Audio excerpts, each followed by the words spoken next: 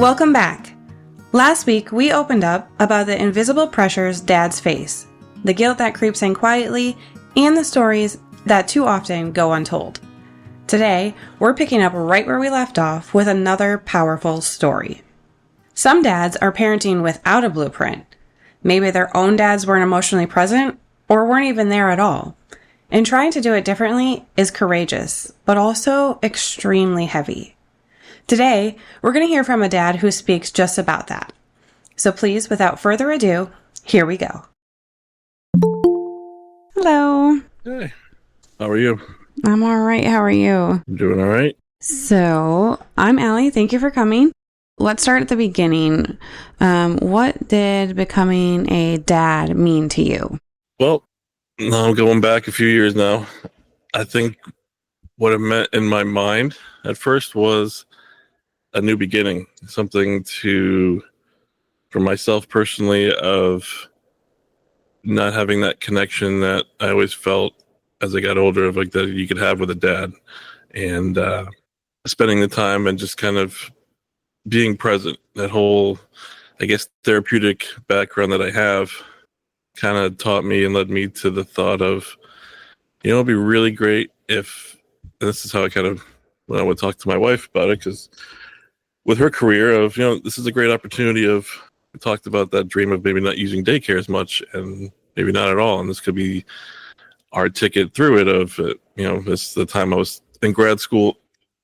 And so a few years before we even had kids, but it was always kind of brought up of, you can continue your career in accounting and finance, and I can be at home with the kids during the day and then still try to operate a private practice at night and give myself the best of both worlds. So it was very ambitious. And then when you have kids, my first kid, was just trying to find that balance. It was a little challenging at times. And also learning too more about men's postpartum and what I was going through, being isolated and alone with the kids, and then going from that to seeing patients and then coming home and trying to do it all over again the next day.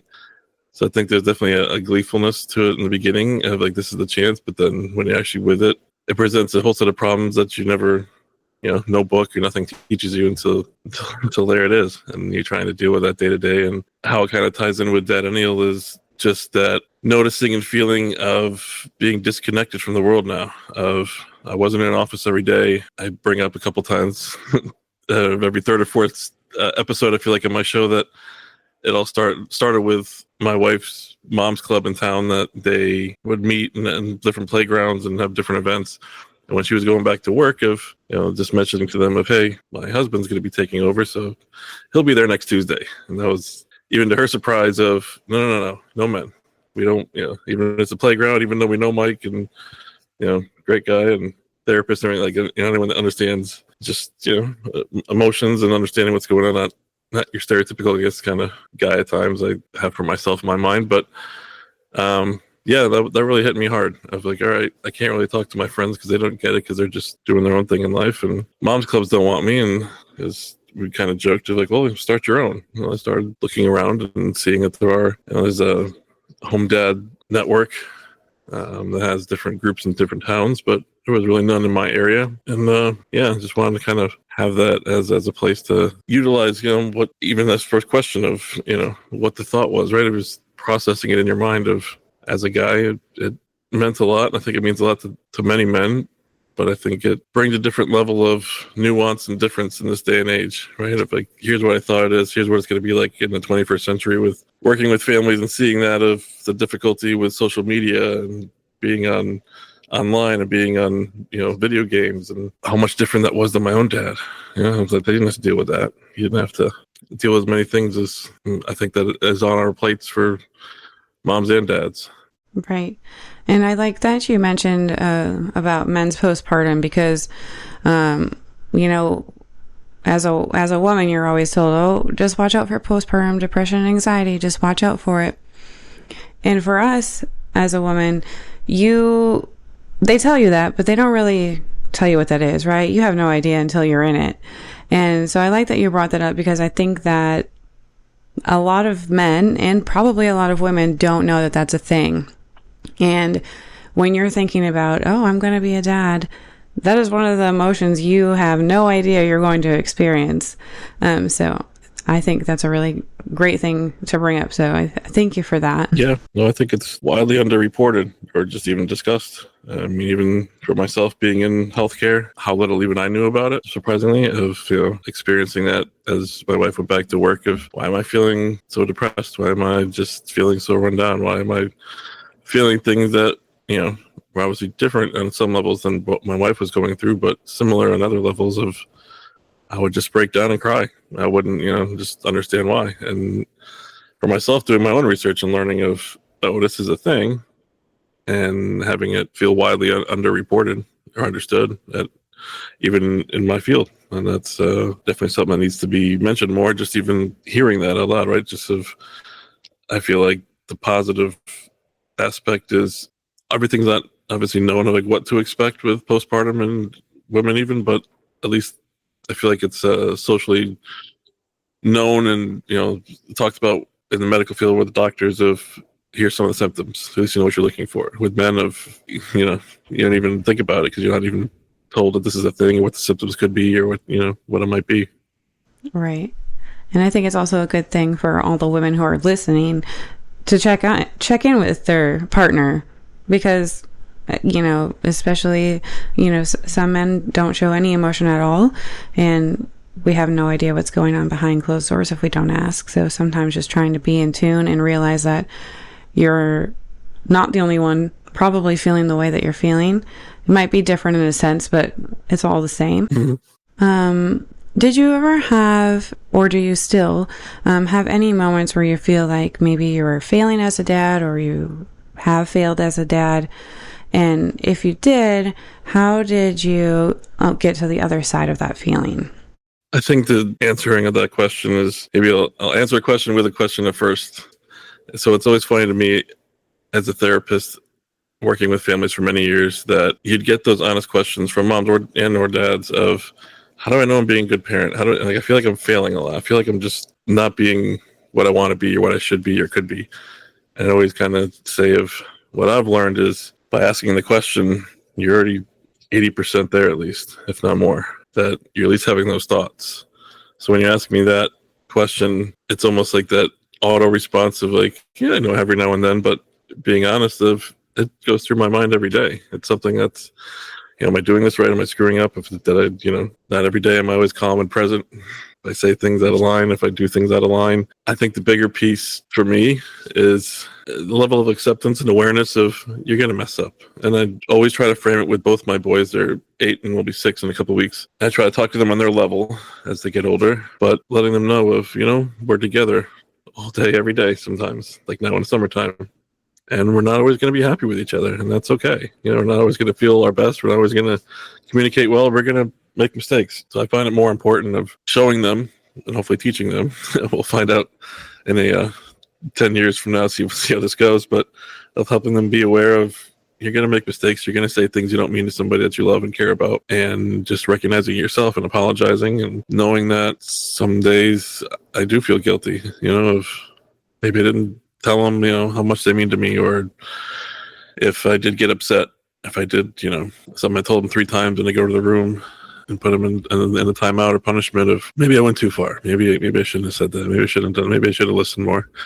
And it's weird in a psychological sense that learned behavior is always right there. It's always like that default, and always trying to be a step ahead of it is its own challenges every day. So yeah, I think every day some level of guilt or just feeling like I screwed up.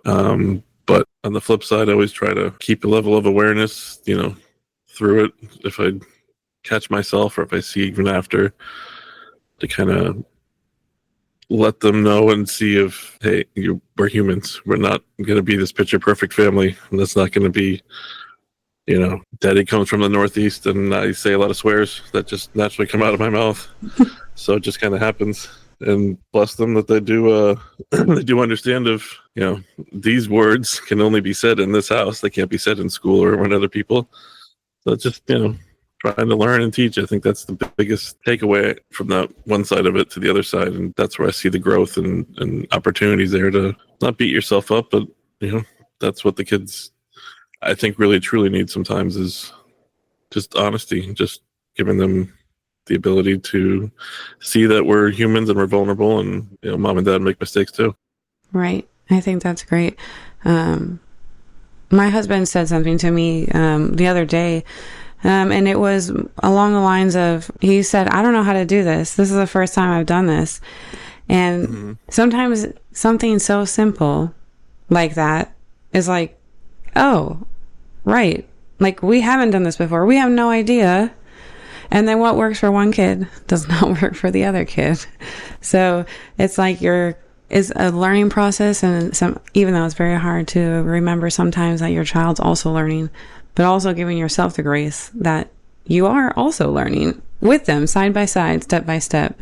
So I think that's real great to, that you're showing the honesty, that you're showing that it is okay, that, not everything's going to be perfect. I'll add one little caveat, nuance to that as well, of, for me personally speaking, of ADD, and now I'm also learning too of there's probably some autism spectrum in there too. Like, my oldest son is diagnosed on the spectrum, and the challenges of me being a parent to that, and then my other son being a neurotypical, no challenges, no difficulty at all. And then using myself of knowing how I feel like, of spending 20 years of my adult life understanding who I was, what I was, and what this diagnosis was, and how I can go about living my life for me. And now just putting 2 kids on top of that, I'm like, oh, this is a whole nother realm of how do I parent, how do I be who I want to be, but with all my own personal challenges and things that I deal with too. And right, having 2 kids that are very different is all the books you can read and all the continuing education classes I can take in my world of therapy, it still doesn't answer more than a quarter of the questions. So there's still a lot of things that you just gotta learn by doing, for sure. From your upbringing, sometimes there are parts of our parents that we admire and we would like to bring forward. And I'm sure there are also some parts that we would like to stay very far away from. I'm not sure if you have that experience or not, but if you do, can you just kind of elaborate how you try to be cognizant of that and try not to bring, or maybe do bring, depending on which way you're going here, into your adult parenting life? Yeah, not wanting to repeat the learned behavior. And I think the understanding of my dad, that I think he saw what his dad did to him, and it kind of goes back of, there wasn't a lot of closeness, there wasn't a lot of warmth, there wasn't a lot of, you might get an attaboy here or there, but dad was, there after work at some point and left in the morning, and he might be on business trips here and there. So, wasn't closeness wasn't, I guess, what I personally felt would be there. And that's one thing that I always wanted for, when I had kids, I know what it felt like to not have that warmth and closeness in the home. So wanting to try to, and that kind of touches on my being honest with the kids, of just wanting to be real, be honest with them, give them hugs, show them affection, show them that I care. And I think just trying to break the cycle is very, right. We hear that a lot. We want to accomplish that, but the actual doing and the day-to-day grind of that is very challenging, because it is that default of even myself, of I've learned how to kind of just be on my own so much. So if I get in a place where I'm just oversensory and just can't take it, if I just want to be alone, I don't want to be around emotion and my kids around me, I just need to be alone. So there's still continued learning. It's always will be, it's funny of how 18 years of your life impacts the next 50 years of trying to undo all of that. And that a lot of mantras in my mind in regards to that of, all right, I got 18 years to help them and guide them, right? Because I personally think for me, it took me until my 30s to kind of understand healthy relationships, healthy self-care, what I wanted in a relationship, what I wanted for my future with a partner and a family. And so I think it's its own journey, and it takes time, and each day I think brings up new challenges,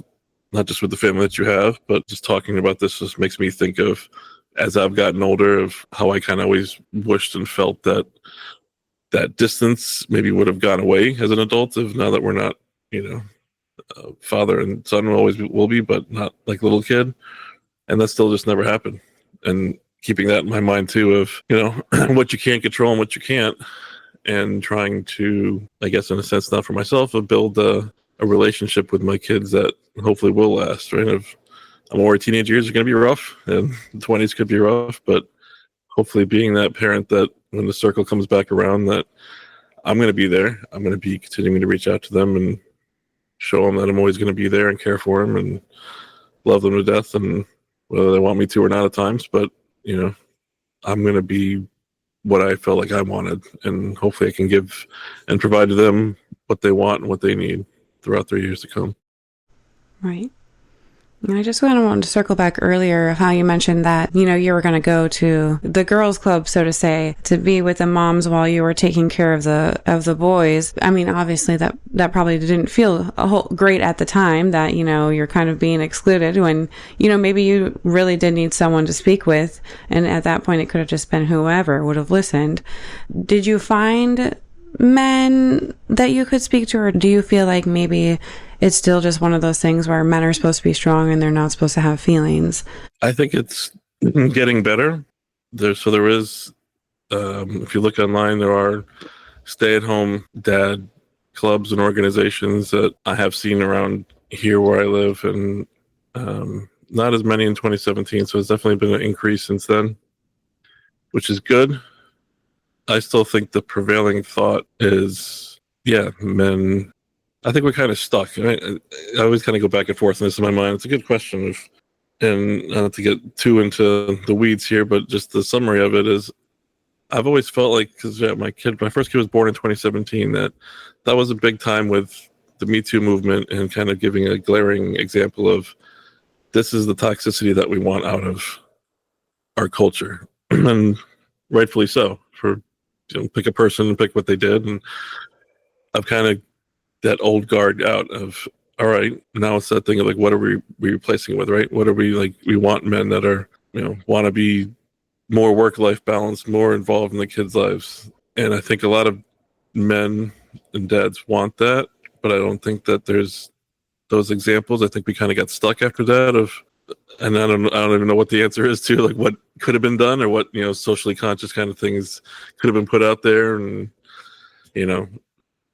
they put a lot of stuff about mental health and state governments and federal and things like that. You hear and see a lot, but not a lot about men's mental health or dad's mental health. It's, so I still think there's that gap. I think if you're searching for it, you can find some things, but those are kind of hit and miss from my experience of if they actually go on like a meetup at a playground or anything like that. But yeah, I think that's in my mind of why I created Dad O'Neill, is something to kind of be, through YouTube, but also hopefully eventually into workshops and retreats of, here's a place you can go. Here's a place we can learn and try different things. And, through my knowledge and experiences and other people that I've worked with and met that kind of work in similar realms that I do, that, we can kind of pave a new path. Because I think that there is still, I think a lot of men struggle with, they try to maybe want to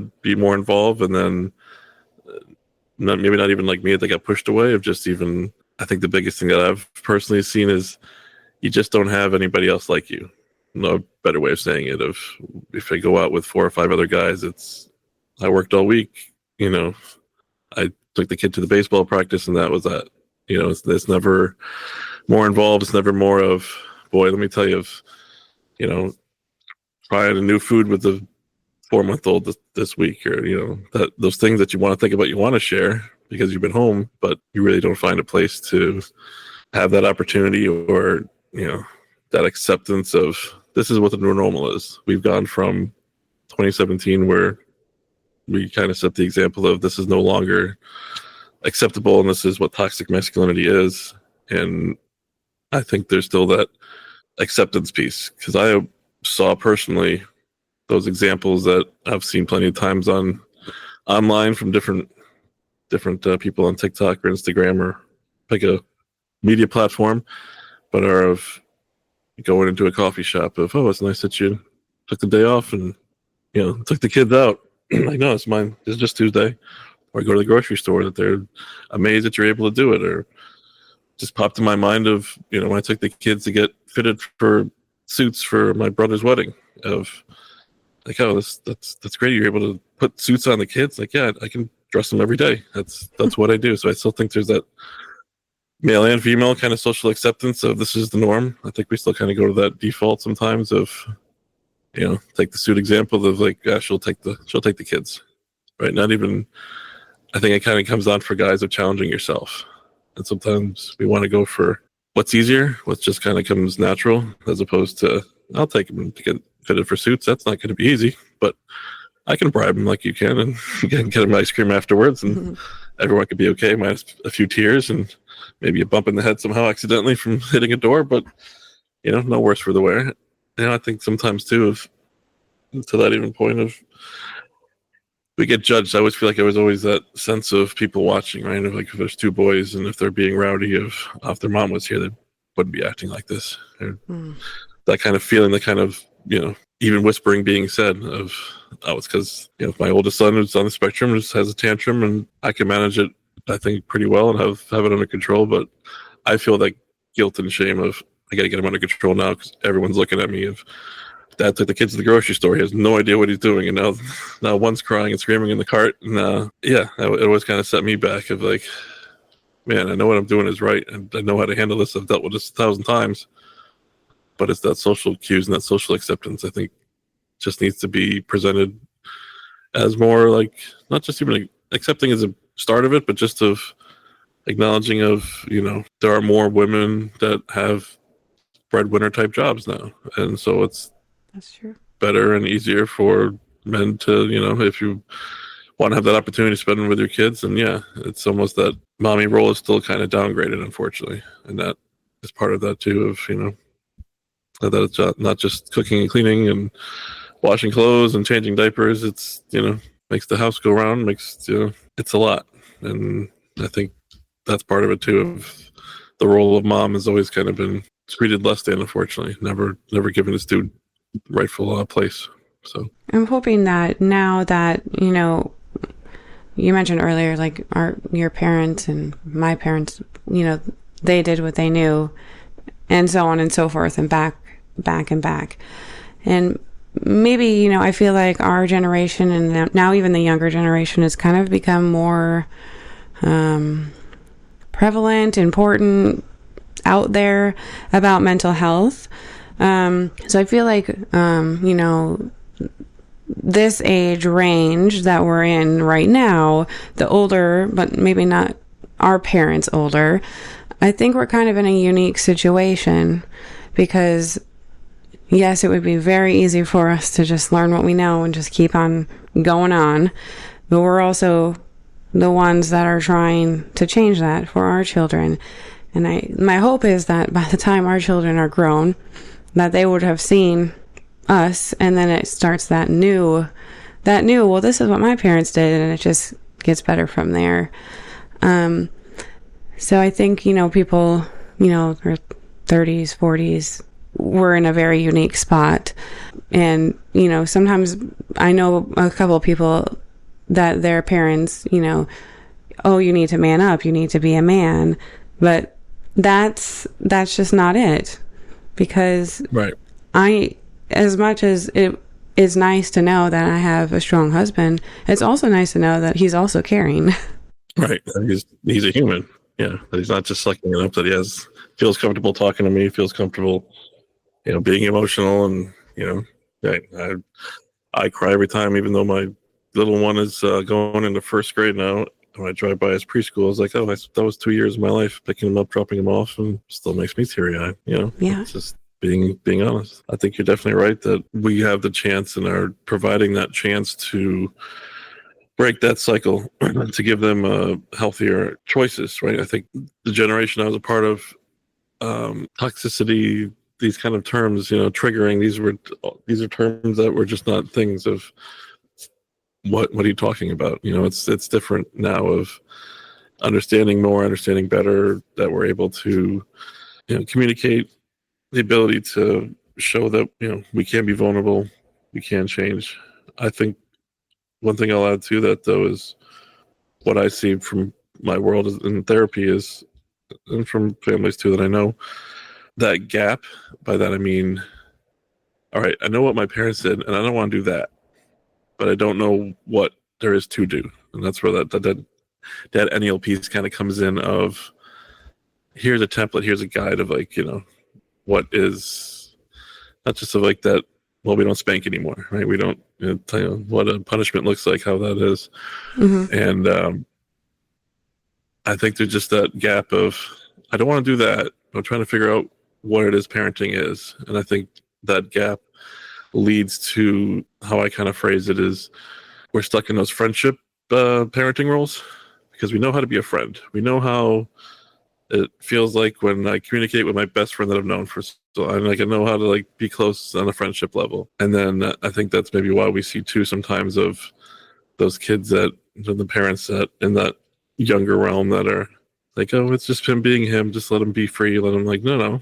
There's still a fine line of parenting. I think that's like a 1A of what I'm trying to provide and conquer and understand better is, well, what is that template? What is that guideline of being a modern day parent? Because there's still is that, what is what we don't do? So we don't do that. We don't say that anymore. We don't say suck it up. We don't say rub dirt on it. That's not helpful. So like knowing of like when you say something better, but we just can't be stuck in the friend zone too. I think of, because there's a, I don't over putting to say it as best I can, but try to remember exactly how it was phrased of, if you are being a parent with your kid, then you'll be able to be a friend with them as they're an adult. If you're a friend with them at a younger stage, you'll have to try to parent them as an adult because they won't have any of the tools or understanding of how to get through life. So as much as we say of, and myself included, of yes, the parenting back in the day was not great by any stretch, there was something also that had being able to figure out how to do it on your own, figuring out of that understanding of like, well, this doesn't work. I wish I would have had more emotions and warmth as a parent, but also understanding too, if there was a reason for discipline, there was a reason for taking things away, and having a kid scream and yell is okay. I'm not saying it's like in terms of spanking like that, but if you're taking a toy away or removing something or having a punishment that will make them upset, that's okay. I think I hear the opposite more than we should of like, that's, why you see of, I know certain places even in town that had like outdoor seating areas in their places, and they stopped doing that with families because it just got too much, because they were just literally tearing apart the whole place. No one's saying no to kids. I think that's something of like, right, we don't tell our friends no, so I don't want to tell my kid no. But I think that's a piece of it too, is it's still okay to say no. It's still okay to pick them up and take them away from they're outside causing a ruckus and a scene of, no, that's not okay. That's not how you act. It's not how you behave. Because, as I think there is that challenge of what we see with younger kids and very young adults right now that, right, they were never told no. And I think it becomes another issue in of itself, right? Of like, it's always that they want. And it's not that you're learning how to be who you are and learning what your boundaries are. It's almost as like, it's a more and more and more kind of thing. Right. From what I've seen. And that's scary on the other end of the spectrum, right? Of like, there's got to be what's the middle here. Let's try to figure out what the middle is, so we don't replicate what we did in the past, so we don't continue just trying to make friends out of adults. Like, we got to be parents, and we have to be serious sometimes and say things, and right, sometimes have our feelings hurt when our kids say, even my 8-year-old, of I don't love you anymore. Oh yeah, that hurts, of it course. does. But it's almost that acceptance of yourself of, that's okay. That means that you're doing something right, that you're making them upset, making them cause feelings to have, a trigger reaction, that they are close enough of like, I'm trying to hurt you. So that means that you're close, that you're doing something right, and that's okay. And having that conversation later when everyone's calmed down or whatever that is for you and your family. But I think that's a hidden piece in all this too, is changing, not repeating the cycle, changing it up. But I think going too far the other way too is been a little bit of an issue, as I see more and more. Yeah, that's a very good point. So to kind of wrap up here, would you just like to give a little bit more detail or a very quick summary about Dad so that maybe people who've never heard of it can know what it is and come find you? Sure. So Dadennial, the Dadennnial. I don't know what it is that you said. If I just talking about age gaps of, I feel like older people, like my parents' generation, that they can't say it. My mom still can't say Dadennial. For some reason it still trips her up. I'm not certain why.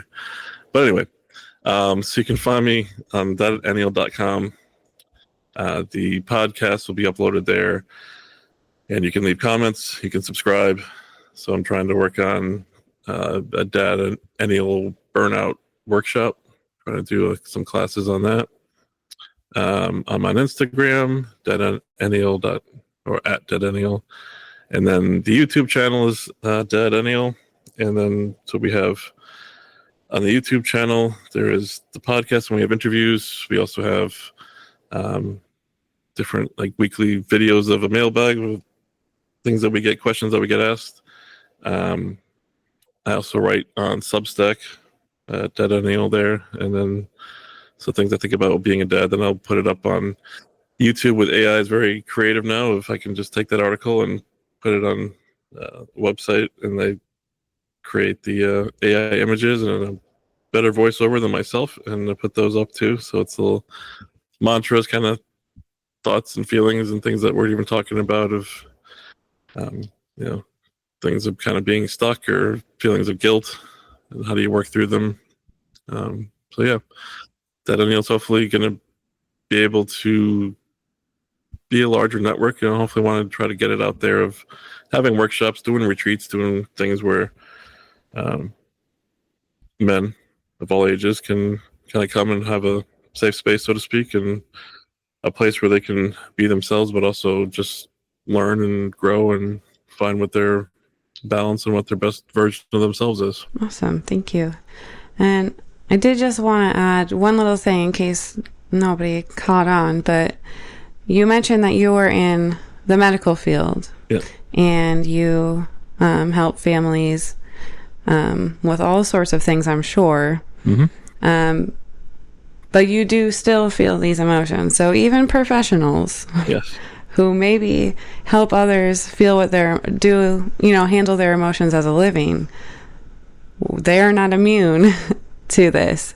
And I think that's a good takeaway, because even professionals still struggle. Yeah, sometimes I feel like we struggle even more because sometimes that over awareness, as we know so much of the constructs and the different psychological reasonings and understandings of why we act like this or why kids act like that, and it is a blessing and a curse. But I take it personally as, in regards to Dad O'Neill, of I want to be able to help because I can see it from both sides. It's not just the dad that has the balance, but working with enough families and young adults, it's primarily men that are still patients of mine, and hearing their struggles day to day of like, oh, it's so I can see it and understand it from both sides, and hearing some of the common questions and common concerns and feelings and thoughts of, all right, there's something there to provide. There's something there that maybe I can start and want to build upon it to,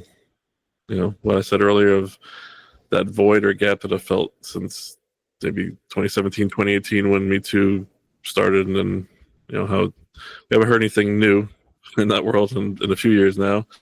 So trying to fill that void and fill that space of, hey, here's what we can do going forward. Here's how we can, voice it. Here's how we can find it. Here's how we can, here's a go-to place of looking for those worksheets online on my website of, are you burnt out, right? Or do you have, suffering after postpartum of having your first kid, right? Here are some signs and symptoms. So just trying to figure out of where it can start for men to have a place they can go and just find the information that maybe they're questioning or wanting to know. Perfect. Thank you so much. I think you're very inspiring, and I really do appreciate all the time and your honesty. I think it's very important. And I hope you have a great week and you don't work too hard. You as well. Have a good week. Keep me in touch. Yes, absolutely. Thank you. What stood out to me in that story was this. Just because you're doing it differently doesn't mean you always feel like you're doing it right. And that's where the guilt creeps in. So what do we do with all that guilt? The good news is it can be worked through, so it doesn't have to live inside of you forever. Talk about it, because guilt thrives in isolation. Oh, I said it again. The more we keep it in, the heavier it gets. Find someone safe to speak with, whether that's a partner, a friend, a therapist, and start unpacking those feelings. We have to stop reinforcing the idea that dads need to be stoic and emotionless to be strong. They deserve to feel and be supported while doing so. Next, we can choose rituals over perfection. You don't have to be present 24/7 to make an impact on your children.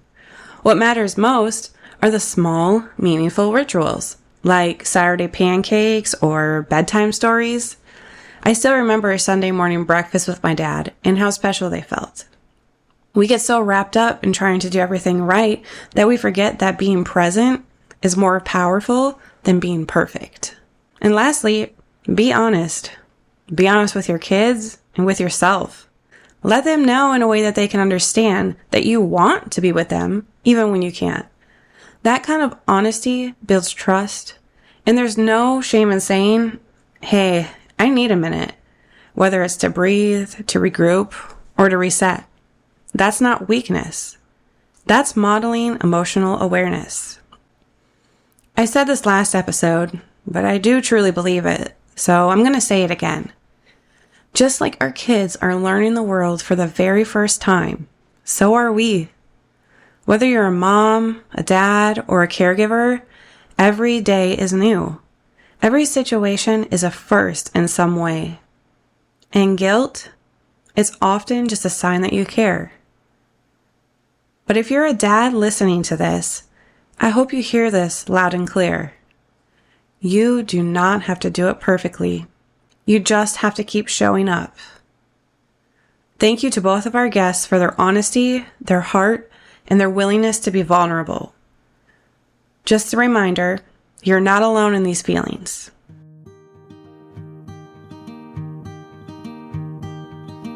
All right, that's it for today. Next week, we're exploring a different kind of guilt.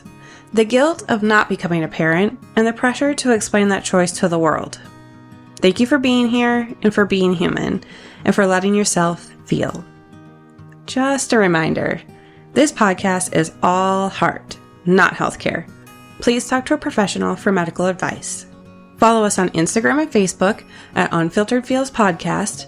Share this with someone who needs it, or leave a review. And don't forget, the things you're feeling, you're not alone. I'll see you next time.